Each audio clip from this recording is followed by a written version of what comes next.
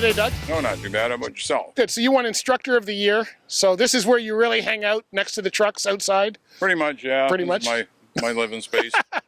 How long you been being an instructor? On and off now, 15 years. 15 years. And how long you been driving total? How long you been in the industry total, I should say? 30 years. 30 years. Yeah. So you've seen a lot of stuff.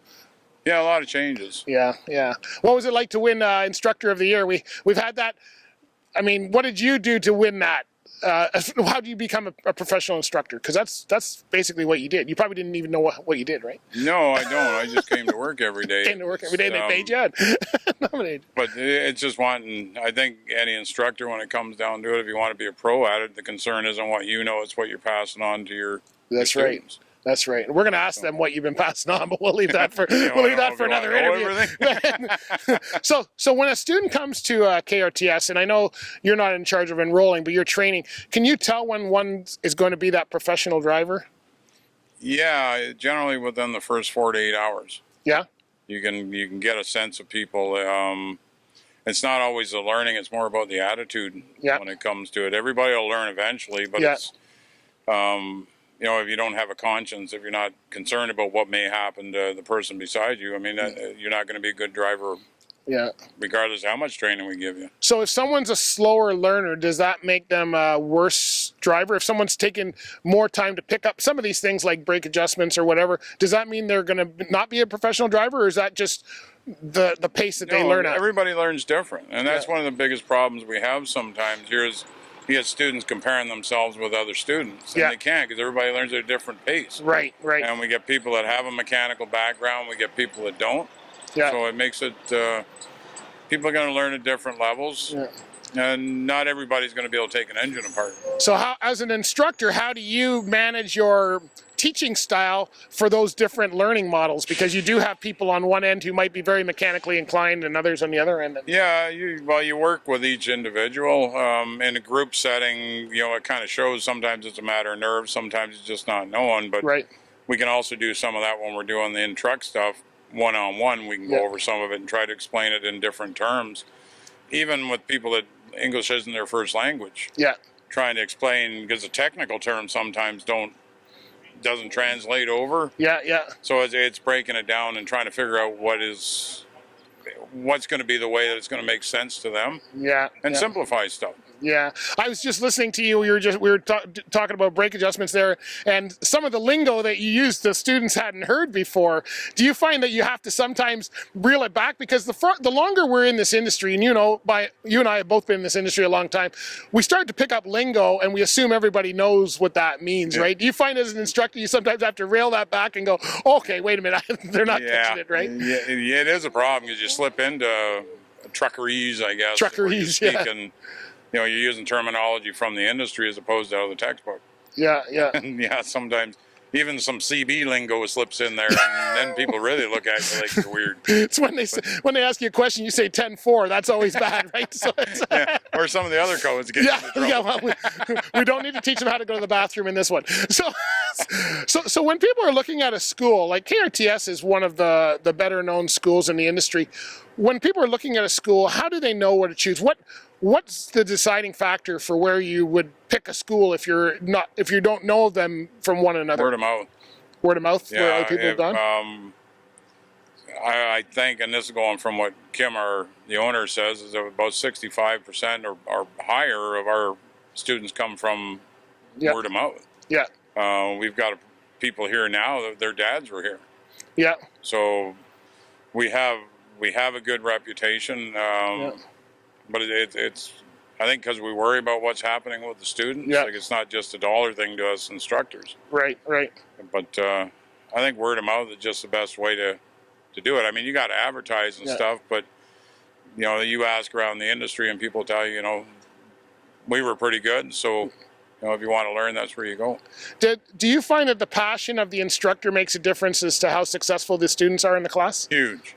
Yeah. Huge, because I've seen some instruction, I'm sure you have too, that a little effort would go a long way, right? So. Well, number one, you gotta care about what's happening with the students. Like it becomes a personal thing. We get to know our students because we're when we're on the road, it's all one-on-one. We're alone with that student. Right. So you get to know their background, what they're hoping to get out of this, what they're looking at in the future. So you get an interest in them, actually being able to get there. Yeah.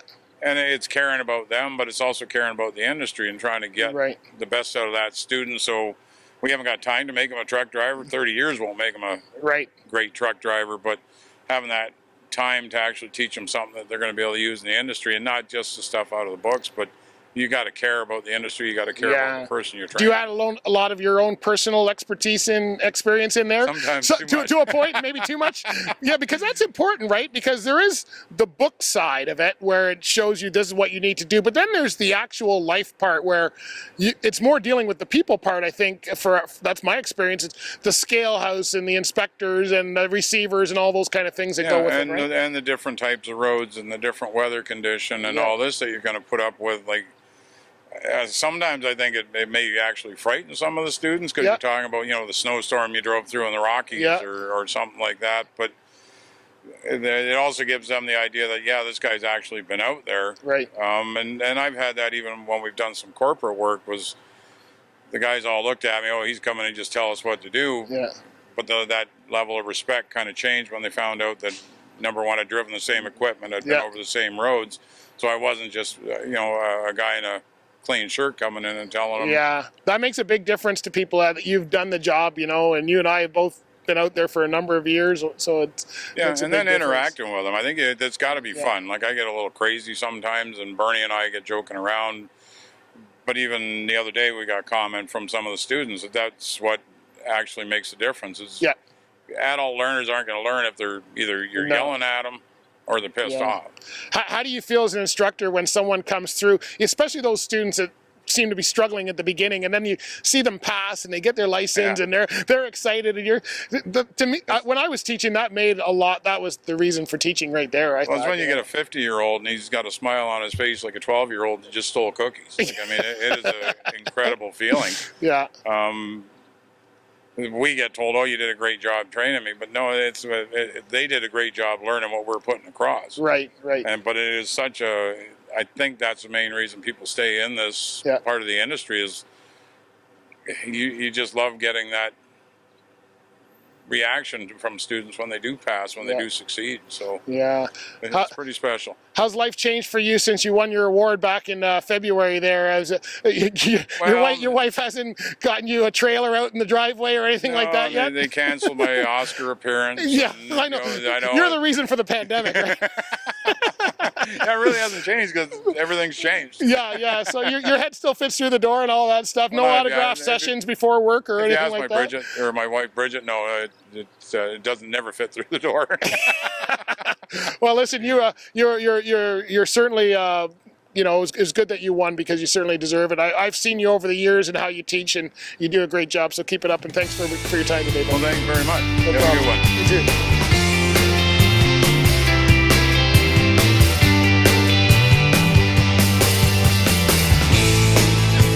So we've got new instructor David here. How we doing? Not too bad. Good. Okay, so you just started with KRTS. You've been here, about 3 months, 6 months? Since March. Since March, okay. And so tell us how long you were on the road before, because this is not your first day on the job. No, I was actually 32 years involved in driving some sort of vehicle from a 1-ton up to doubles. 27 years ago, I got my license through KRTS, and I've been driving ever since. And Kim saw you at a convoy event for the industry and got you down here. And so what's it been like to training? I mean, it's got to be different than driving, right? Oh, it's fascinating. I love coming here. I love passing on the information I learned over the years on to the newer students that are coming through. Right. And, just passing on that knowledge. Yeah. Are they taking it in? Oh, Are they understanding your 30 years of experience? Yeah, it's really interesting to watch them grow throughout the program and go from not knowing anything to finally at the end being able to, spiel off things right away, what they've learned. What's the toughest thing about being a new instructor? It's coming out and getting rid of my bad habits that I had as a driver.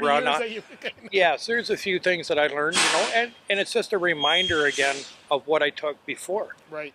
And now being able to verbally say this out in front of other students and being able to communicate with them also reminds me of why I got into driving. Yeah. The joy of it. Yeah. I like driving. Yeah. Most experienced drivers either end up in some kind of a safety position or a training position, maybe at their carrier or school, but they can't always translate. It doesn't just because you can drive and we're a great driver doesn't mean you're a good instructor or teacher. Right. So what's one of the things that you had to come out with to get that across, to make sure that they're understanding? It's basically being sympathetic with them, being able to understand that they're new at this. You can't expect them to just pick it up right off the bat. Right. You have to work with them, find out how they study and how they're able to pick up things easier a certain way compared to another student. Might take a little longer. Right. So you just kind of feel them out, talk to them, get to know them, get to find out what their interests are, where they want to head in the industry, flatbed, van, tanker. Right. That's good. So what makes someone professional, in your opinion?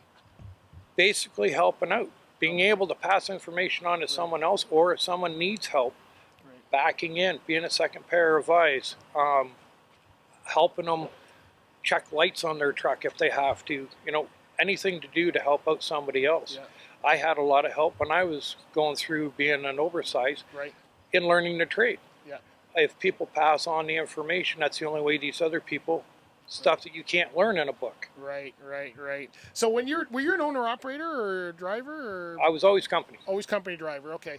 All right. And so you worked for good carriers. How did you pick a good carrier? You don't have to say the name of who you ran for, but what made a carrier good for you? Was it what made you decide to go on a certain? Well, I like being a company driver rather than an owner operator. Yeah. Because there was a lot more responsibility being an owner operator, and there's a lot more money involved. Yeah. But as in picking a company, it's kind of a hit and miss. Yeah. Everybody likes certain things, certain ways. Companies offer certain things. So sometimes you might not get it the first time when you go to the one company. You'll eventually find the one you love, and you'll stick with them. Okay. And it's basically just putting that effort in. Yeah. And every company's different. Just give them a fair shake. Okay, so you like the training in? It's been 6 months in? Yeah. Yeah, you better say, you're on camera. No, it's okay. Well, listen, thanks for your time today. That was amazing. And keep up the good work and keep building leaders.